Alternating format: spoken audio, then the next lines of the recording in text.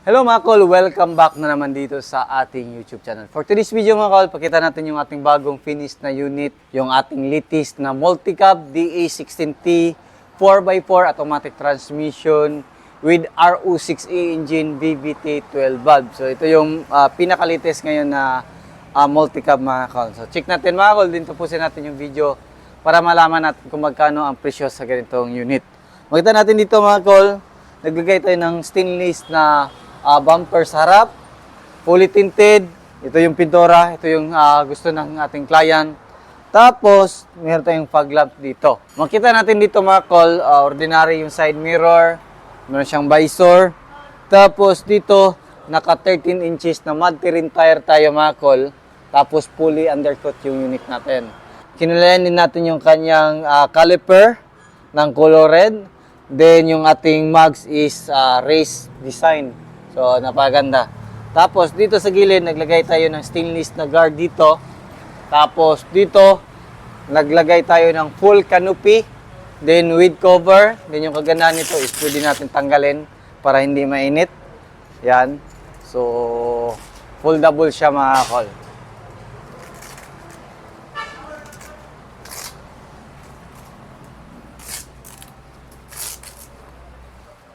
Yan siya. Tapos, zipper type lang dito. So, yung cover, tapos dito.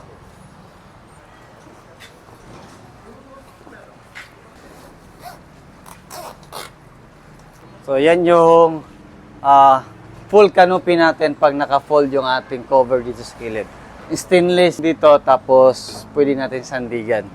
Tapos, pagkita natin dito, naglagay din tayo ng stick board para pag aakyat dito sa itaas, may apakan. Ito yung tail light ng ating DA16T. Spare tire nandito. Tapos, ito complete LTO registered. Tapos, makita natin dito. Ito yung upuan natin. Kung kailangan natin na maraming sakay, tapos kailangan natin ng malaking space para sa cargo natin mga kol. Ito yung the best.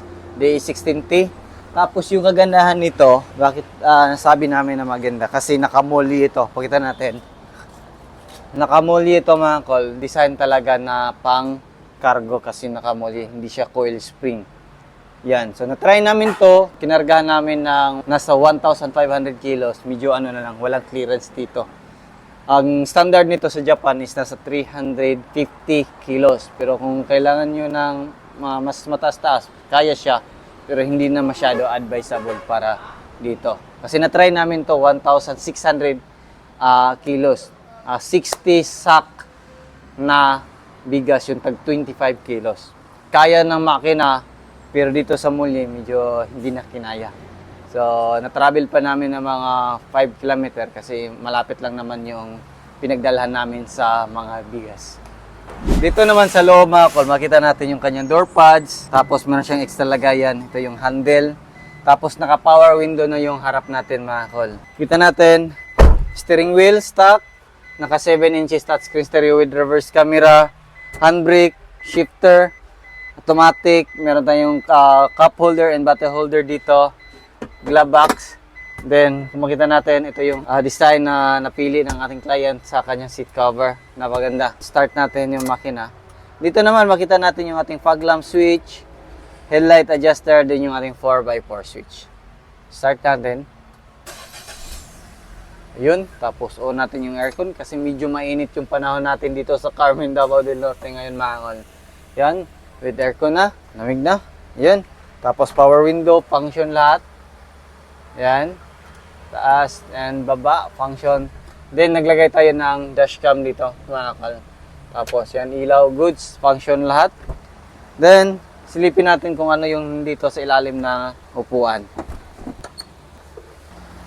Yan. So, dito makita natin yung ating ECU.